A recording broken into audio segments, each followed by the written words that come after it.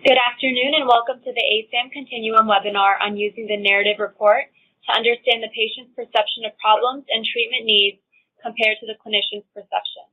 We're happy you can join us today, and we just have a few housekeeping announcements before we begin. A recording of this webinar will be posted to the Continuum site on asamcontinuum.org within 24 hours. You will be able to access the recording free of charge. If you have any questions during the webinar, please submit them in the questions box, and we will answer as many questions as possible during the Q&A portion towards the end of the webinar. I'd now like to introduce our speaker, Dr. David Gasperin. Dr. Gasperin is an addiction psychiatrist and currently serves as a senior research scientist at the Public Health Management Corporation. At Harvard Medical School, he directed addiction research at Massachusetts General Hospital and was an investigator in the NIDA Cocaine Collaborative Study, NIAA's Combined Study, and NIDA's Clinical Trials Network. As vice president at Alkermes, Inc., he directed publications on Vivitrol in clinical, criminal justice, and health economics research. His research on the ASAM criteria has contributed to endorsement by most U.S. states, the VA, and DoD. His 150 scientific publications include the ASAM criteria and addiction treatment matching. His Continuum ASAM criteria decision engine and ASAM's co-triage assessment tools are being adopted nationwide. His newest project is Dynamic Care Health, a nationally scalable technology platform for contingency management and predictive analytics for routine care. He has consulted to the governments of Belgium, China, Iceland, Israel, Norway, Russia, and the U.S. Welcome, Dr. Gasperin. I will now turn things over to you. Thank you very much, and also thanks to the dozens of people who have tuned in to this webinar. We will be recording this webinar so that other staff at your programs and people at other programs will be able to go to the ASAM Continuum knowledge base online, which is at asamcontinuum.org. That's just one word, no space, asamcontinuum.org, and review the information, not just from this webinar on the narrative report. There are two previous webinars on the narrative report, but also webinars and slide decks and videos on Continuum and the related products. So I will be talking today about the specific aspects of the narrative report that relate to patient self-perception and self-awareness. So as you know, Continuum is the computer-guided structured interview and decision assistance software for implementing the ASAM criteria and all of its decision rules. We built it because the ASAM criteria have been accepted by the majority of U.S. states and the VA and Department of Defense as the basis for medical necessity criteria. The ASAM criteria are the guide for achieving the best outcomes for a given patient with the least intensity and expenditure and restrictiveness of setting, and simultaneously the best range of services to meet the patient's needs. And they lay out the 6 dimensions that need to be assessed systematically to get a full picture of a patient's needs and strengths. So Continuum is the ASAM criteria decision engine, and it includes both the full assessment software and the co-triage tool. Co-triage, or Continuum triage, is a 10-minute, roughly 20-question screening interview based on Continuum. It's drawn from the questions in Continuum, and the data feed into Continuum, but it's just 10 minutes for provisional determination of where the patient should be sent to get their comprehensive Continuum assessment. And co-triage was funded under a contract from the Los Angeles Department of Public Health. The Biopsychosocial narrative report has been funded by the Commonwealth of Massachusetts. So you have those systems to thank for some of the substantial enhancements that these products offer to the Continuum system. The Continuum Biopsychosocial narrative report saves the clinician time because you spend an average of 60 minutes asking all the questions in Continuum's comprehensive assessment. And we know that for a fact because this was independently studied by UCLA under a contract to the Los Angeles County Department of Public Health.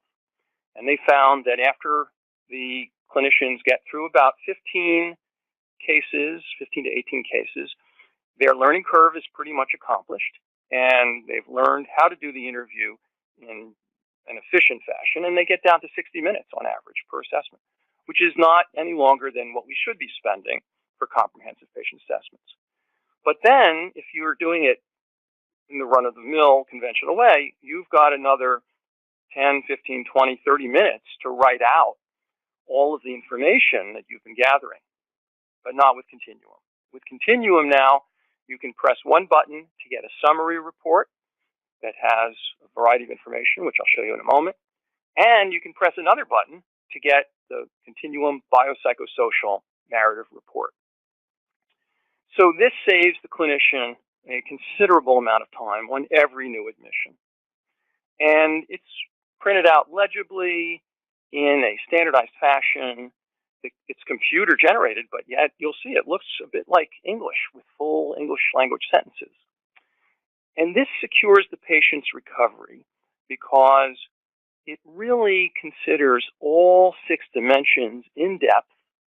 It considers it from the patient's perspective, and it considers it from the clinician's perspective, using all collateral information that might be available to the clinician. And our goal is to use the narrative report to understand the patient's perception of problems and their treatment needs, and be able to compare the patient's perceptions to the clinician's perceptions. So this is just one feature of the narrative report, and I'm going to focus on that one feature today. So at the end of the 60-minute long assessment with the comprehensive review of all 6 dimensions of ASAM concerns, the clinician presses the button, gets this narrative report. It's a PDF. It'll appear on the screen, and you can scroll through all of it, or you can print it out and look at it on paper. You can put it into the chart. It's suitable for insertion into the chart. You can fax it to the program that's going to receive the patient if you're transferring the patient. And it's a standardized format, so everybody who gets used to Continuum will know where to look for which kind of information. And the information that Continuum gathers will produce multiple pages. It's, as I said, it's chart ready and ready for faxing or other transmittal to referral sites. By the way, you could save it in your electronic health record because it's a PDF file that can go into a PDF field in the EHR and be saved for posterity electronically. And it's automatically generated upon completion of the full interview. So it includes the following sections. First of all, identifying information and general information like the patient's residence and whether the interview was terminated prematurely for any reason or completed. Then it has 7 sections that are organized according to the Addiction Severity Index, the ASI. The ASI is the most widely used research assessment throughout the world. It's been translated into 40 languages, and the full ASI is incorporated into Continuum. So we get sections on medical problems and needs, employment, alcohol, drug, family social, and psychiatric sections. We also get legal information in its own section. Then, and this is where I'm going to focus today, we get a section that has a patient perception ratings graphic.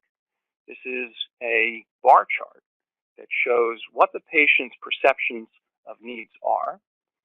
And we get the Addiction Severity Index scores, both in a table with the numbers and also graphically in a bar chart, which makes it very easy to scan quickly and see where the patient's peak areas of need. And at the end of the narrative report, we also get a detailed problem list. And that problem list is organized dimension by dimension.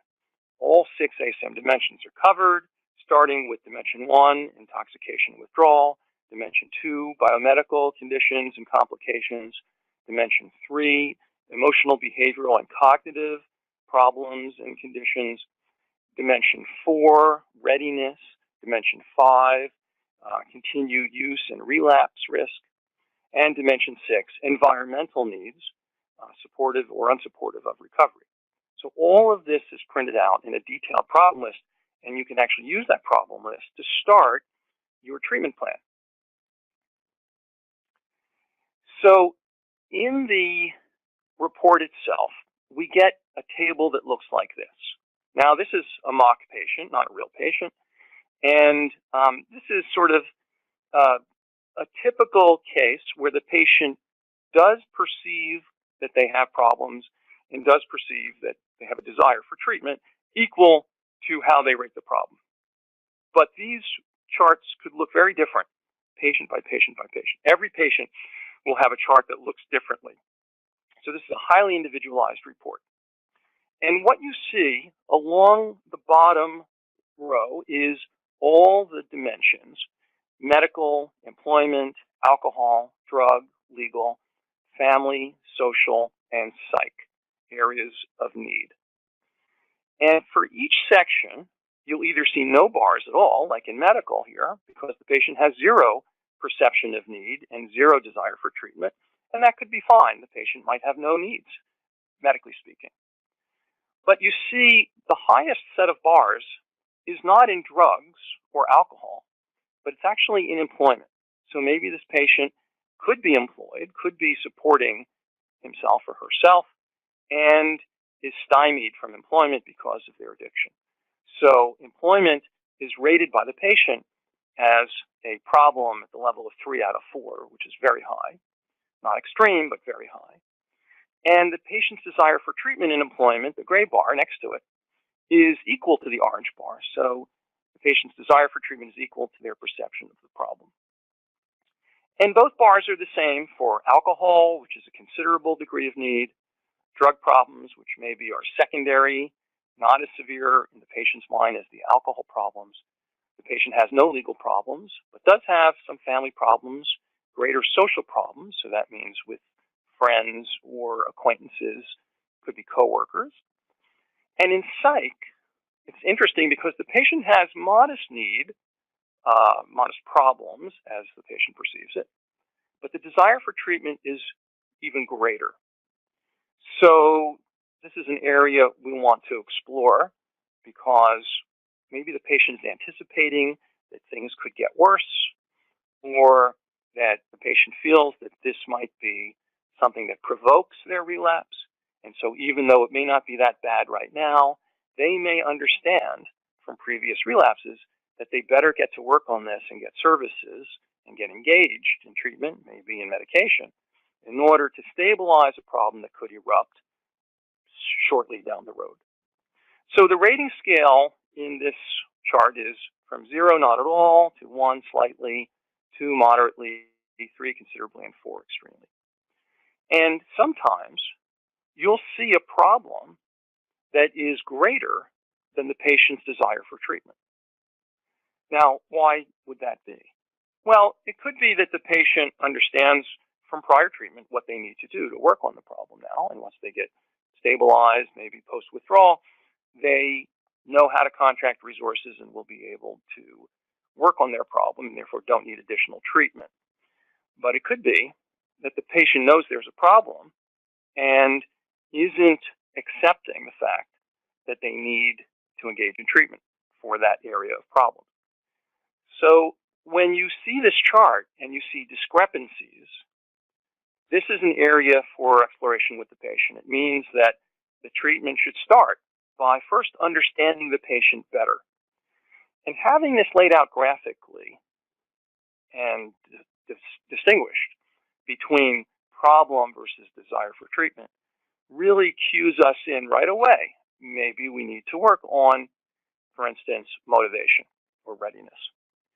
I can tell you that we are now getting data from 3,000 new patient assessments a month nationally. So there's CONTINUUM installations throughout the United States, from the West Coast to the East Coast, and those installations are growing over time. But already, we're at the point where 3,000 new cases are coming in every month. When we look at the distribution of where are the patients being placed. They're in all levels of care. There's more patients being sent to level 1, according to ASAM, and somewhat less to level 2, intensive outpatient, somewhat less to level 3, which are residential levels, and even fewer to level 4, and then there's a certain percentage being sent or recommended to be sent to opioid treatment services like methadone or buprenorphine.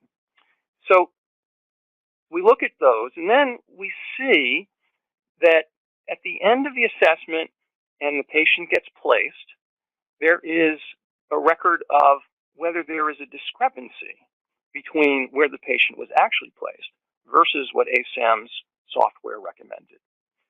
And those discrepancies are being tabulated now. So when we have 3,000 cases a month newly being entered into the system, we can see in very substantial numbers how many patients are not getting to the treatment level that the ASAM criteria would recommend. And the largest group of patients who are not getting to the treatment that is recommended by ASAM is because of patient choice. So more than insurance obstacles, more than inadequate access to the particular level of care in the community, more than counselor disagreement, the leading reason that patients aren't getting the treatment that ASAM would recommend is the patient's choice is different. Maybe the patient doesn't want as intensive a treatment at this time as the ASAM criteria decision rules would recommend. And that means we need to be doing better work with patient engagement and helping the patient accept the intensity of treatment services that would best meet their range of needs. So if we have to do a better job, what's the solution? And the solution is, A, we've got to look at that and know it, that the patient is not going to be comfortable or ready to accept that treatment. And number 2, we need a tool or an approach. And that approach is probably best the motivational interviewing approach. And so this clues us in to the point that we need to use better motivational interviewing and motivational enhancement efforts to help the patient understand what should their reasons be for accessing the full intensity of treatment to address their full range of problems. And so a chart like this is really useful to try and overcome that obstacle that we currently have. When we get 3,000 cases across the United States each month, and the largest percentage of discrepancies are because of patient choice, this is a public health problem. This is common in Massachusetts, it's common in California, and we have to address this. We have a little bit more information to help us with this set of needs. And by the way, I want to encourage you to start putting in your questions so that I can read them, and that will allow me to respond to your questions in the course of this interview. So the medical section is an example of any one of these sections. So it's laid out with the background. Here's the medical history. It says the patient has been hospitalized for medical problems 2 times in the past month, including, and does not have chronic medical problems that require monitoring or dietary restrictions or medications. And she doesn't have any physical disabilities that are generating financial compensation. And it says, although she experienced symptoms on 5 of the past 30 days, she is not at all troubled or bothered by them. Help obtaining treatment is not important to her at this time. Okay, so that's the patient's perception. But is the client's perception accurate, according to the interviewer? And so we follow that with interviewer impressions and recommendations, specifically around the medical needs. And the clinician writes, "It is my impression that Anne understood all of the questions and that she did not deliberately misrepresent her medical information." But the clinician does write that she has a medical problem and help obtaining appropriate treatment is necessary.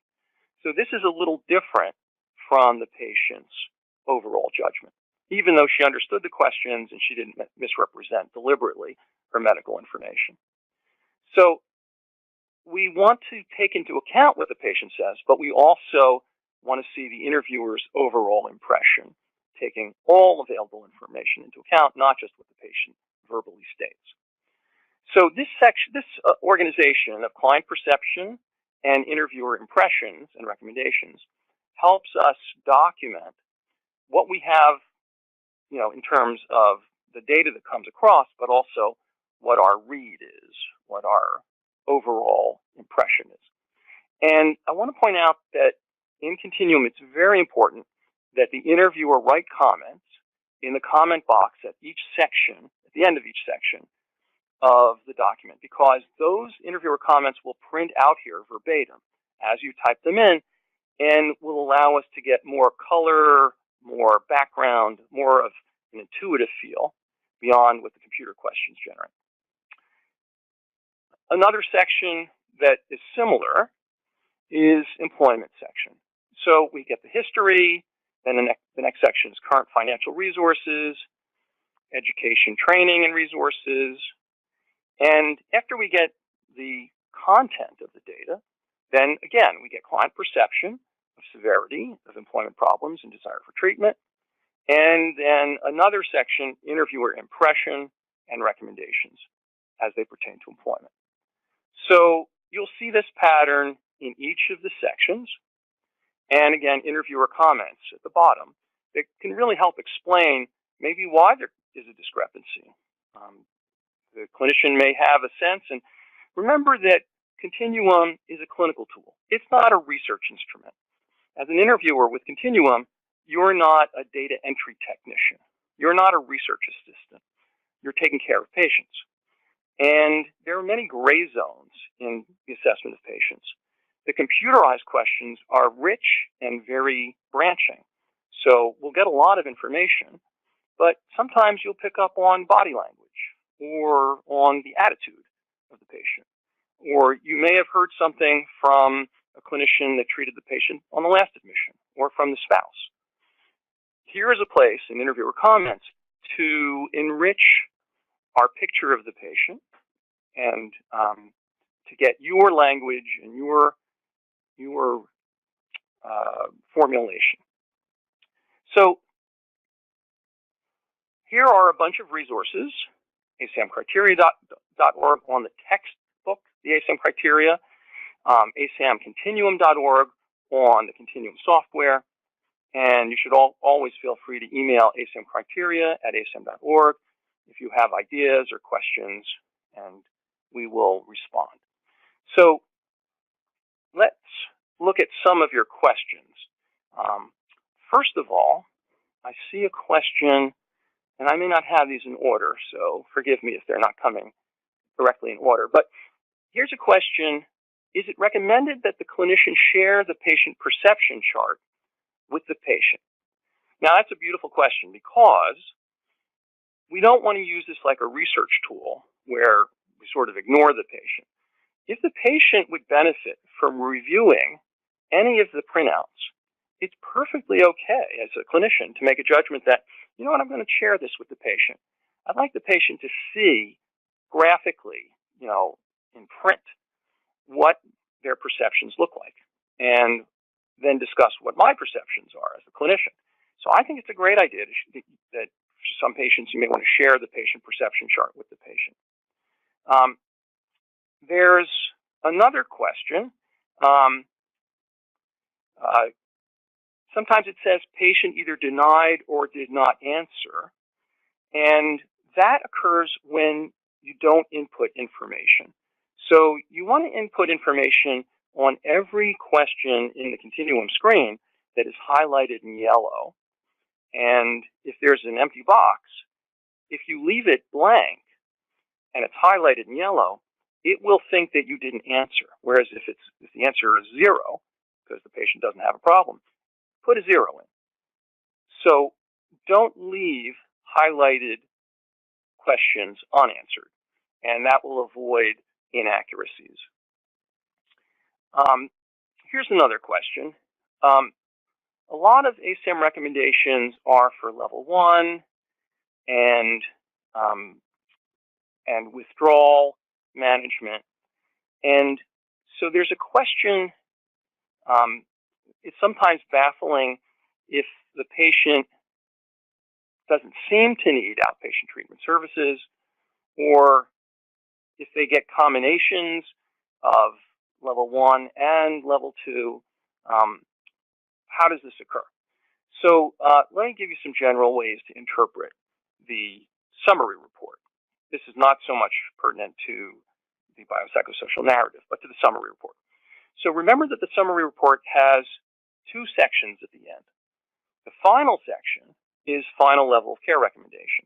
But before that, there is a grid and an English language description of the dimensional analysis. And that section could have positive recommendations within a dimension for multiple levels of care. This is because of how the ASAM criteria book works. The book says that a patient might be suitable for level 1 withdrawal management, but that means they might also be suitable for level 2.1 or 3.1 withdrawal management. Actually, in 3 it's 3.2 withdrawal management, and that's considered social detox. So that's not a mistake. That is how the decision rules operate. Now, at the end, for the final level of recommendation, the overarching decision rules have to integrate across all 6 dimensions. And so there may be several possible acceptable levels for the patient's dimension 1 needs, and several other combinations for the patient's dimension 2 needs, and so forth. At the end, there are unique decision rules across each one of the levels of care that take into account integrated problems across all 6 dimensions. And that's where we get to the final level of care. So it might not be obvious just by looking at the chart. You have to go back to the book. Here's another question. Is it recommended that only a clinician administer the ASAM continuum assessment? Now, we are finding that systems are having other personnel start to do the assessment. We're seeing parole officers and probation officers start to use the continuum assessment. And with proper training, that is correct. It's acceptable. It requires initial training, and it requires ongoing supervision, because individuals, even counselors, will encounter questions that maybe they haven't had prior experience with. Maybe they don't quite understand the language.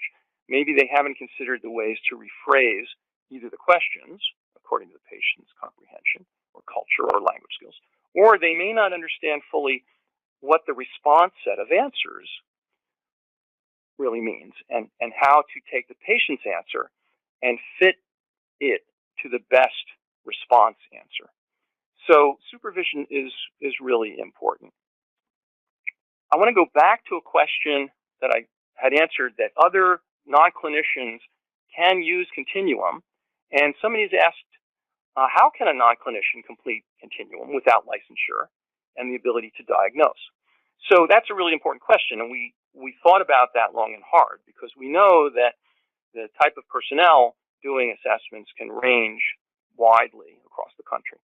And the answer is, so for instance, for diagnosis, there are people like probation officers who really do not have the ability to diagnose. But if we supply all the questions that are needed for a DSM-5 diagnosis for substance use disorder, and they're in plain English and easy to ask, and the answers in the response set are easy to understand, then we can get diagnosis. The computer can do the diagnosis. We don't need the interviewer to do it. The same is true of withdrawal. We need to assess withdrawal. But withdrawal is a medical or nursing problem. So what we do is we equip the interviewer with the right questions and the right answers, so that even a non-nurse, non-physician can do a quantitative assessment of withdrawal. So that's the way we designed Continuum. The last thing I'll say, and I know we have to conclude, is that we are continually looking for problems either in the book or in the algorithm or in the code or in the way we lay things out that could be confusing. and fixing these. And the beauty of the Continuum system being in the cloud is that we fix it in the cloud, and it's fixed at that point for everybody in the country all at once. You don't have to load new software. You don't have to even be notified sometimes that there's a change. Things will just improve. So we will notify you if it's important for you to do something different. We'll improve our training as we learn that, and we hope that that makes for a thorough national standard that's continually improving based on empirical data, and we really appreciate the input, especially in that review section at the end. So I hope you like the narrative biopsychosocial report generator. I hope it's a way to enhance the quality of your work and the speed of your work. And thanks to the dozens of people who came on to this call. And please let your colleagues know anything useful that you learned from this. And I'll stop there. Thank you. Thank you, Dr. Gaspin, for sharing your expertise with us today. For everyone's questions that were not answered, they will be answered offline and emailed directly to you. Thank you again for attending the ASAM Continuum webinar on using the narrative report to understand the patient's perception of problems and treatment needs compared to the clinician's perception.